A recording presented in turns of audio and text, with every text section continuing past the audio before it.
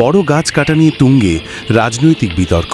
এবার ঘটনাস্থল উত্তর ২৪ পরগনার অশোকনগরের Kalyangarh millennium science park.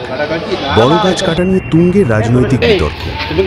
Viral হওয়া গাছ কাটার ভিডিও ঘিরে শাসক দল তৃণমূল কংগ্রেসকে কটাক্ষ করেছে সিপিএম এবং বিজেপি, দুই বিরোধী দলই।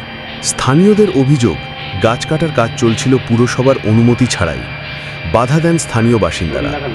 গাছ কাটতে থাকা শ্রমিকরা জানান, পুরসভার চেয়ারম্যান প্রবোধ সরকারের অনুমতিতেই চলছে কাজ, কিন্তু অনুমতির কাগজ দেখাতে না পারায় উত্তপ্ত হয়ে ওঠে পরিবেশ। পার্কে অশোকনগরে আমি খুব অবাক হচ্ছি না, ধরে মানুষ কাটছে, তামান্নাকে উড়িয়ে দিল, এখন কলেজে কলেজে রেপ কালচার।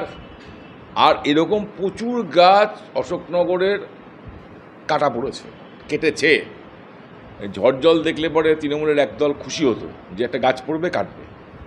কিন্তু এটা সত্যি সত্যি চিন্তার বিষয় যে একটা ঘেরা জায়গা, রাস্তার উপরে কিছু না।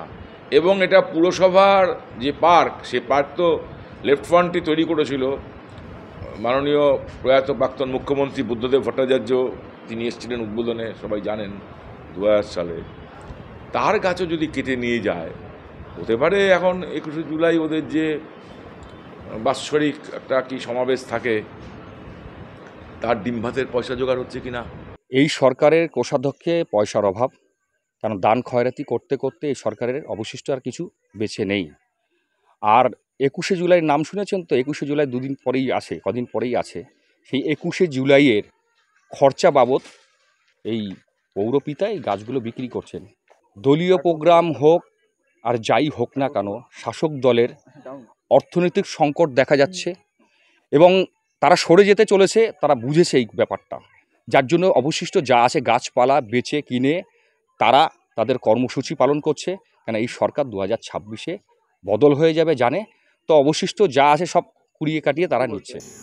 আমার ধারণা, যদি পৌরসভা এটা পারমিশন দিয়ে থাকে তাহলে নিশ্চয়ই ফরেস্ট ডিপার্টমেন্টের পারমিশন নিয়েই এটা করেছেন, কারণ ফরেস্ট ডিপার্টমেন্টের পারমিশন দরকার।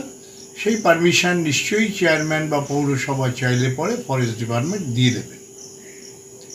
এখন বাকিটা তো আমি আর ভিতরের জানি না, আমি আপনার কাছে শুনলাম, আমি খোঁজ খবর নেব। যদি পৌরসভার পারমিশন নিয়ে ওরা গাছটা কেটে থাকেন, তাহলে নিশ্চয়ই ফরেস্ট ডিপার্টমেন্টেরও পারমিশন নিয়েছেন। আর তা যদি না হয়, তাহলে খোঁজ খবর নিয়ে পরে আপনাকে আমি জানাতে পারি।